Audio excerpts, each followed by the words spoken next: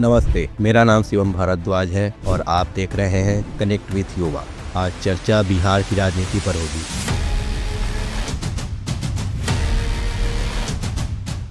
बिहार की गली गली से आवाज़ उठी है, अब वादा नहीं हकीकत चाहिए। बड़ा सवाल ये है कि आखिर कब तक बिहार की जनता सिर्फ सत्ता की बिसात पर मुहरा बनी रहेगी। हर चुनाव से पहले वादे गिनाए जाते हैं, बड़े बड़े सपने दिखाए जाते हैं, लेकिन हकीकत में हालात वही बेरोजगारी, पलायन और ठहरी हुई विकास की गाड़ी। तेजस्वी यादव सवाल तो गिनाते हैं, लेकिन जनता भी पूछती है जब आपके पास मौका था तब बिहार की तस्वीर क्यों नहीं बदली। लेकिन राजनीति का सबसे बड़ा सच यही है कि पलटवार और सवाल जवाब ही नेताओं को जिंदा रखते हैं। और अगर कोई पूछे कि बिहार की राजनीति में सबसे बड़ा कमबैक किसका हुआ है, तो जवाब है तेजस्वी यादव। हाँ, वही तेजस्वी यादव जिन पर अक्सर तंज कसते हुए कहा गया है कि सिर्फ लालू यादव के बेटे हैं, जंगल आज की विरासत है। लेकिन हकीकत यह है कि आज तेजस्वी ने बिहार की राजनीति में ऐसा कारनामा किया है जिस पर बहस होनी चाहिए और भारतीय जनता पार्टी को सीधा जवाब देना चाहिए। अब ये गोल गोल बात घुमाने से काम नहीं चलेगा।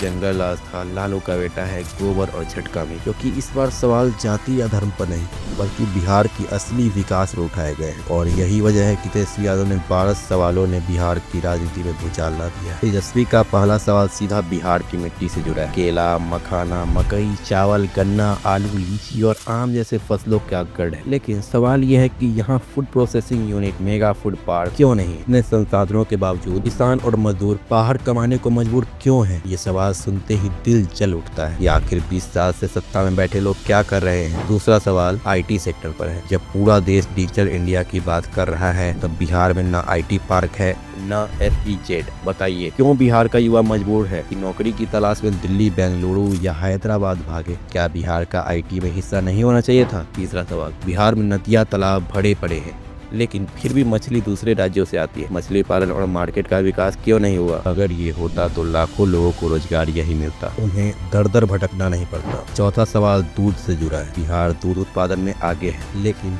बड़े स्तर पर दूध, घी और पनीर बनाने वाले उद्योग क्यों नहीं है? आखिर किसके इशारे पर बिहार के संसाधनों को बर्बाद किया जा रहा है? पांचवा सवाल, दूसरे राज्यों की तरह क्लस्टर आधारित उद्योग बिहार में क्यों नहीं बनाए गए? जैसे सूरत साड़ी के लिए मशहूर है, वैसे ही बिहार को उद्योगों के हब में क्यों नहीं बदला गया? छठा सवाल, हाथकरघा और छोटे उद्योगों पर बिहार में बुनकरों और कारीगरों को सपोर्ट क्यों नहीं किया गया? क्यों इनको पलायन का शिकार बना दिया गया?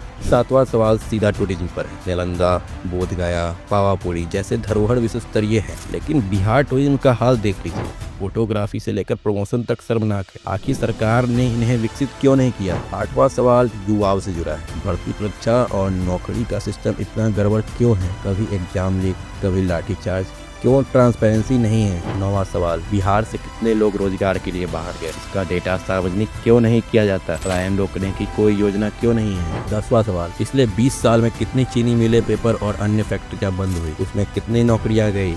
कितनी पूंजी बर्बाद हुई? ये सब डेटा क्यों नहीं देती सरकार? 11वां सवाल, शिक्षा और इलाज के लिए बिहार से कितने लाख करोड़ रुपए बाहर गए? क्यों लोग अपने बच्चों को पढ़ाई और इलाज के लिए बिहार में भरोसा नहीं करते? 12वां सवाल, कितने लोग बिहार में काम कर रहे हैं और कितने बाहर?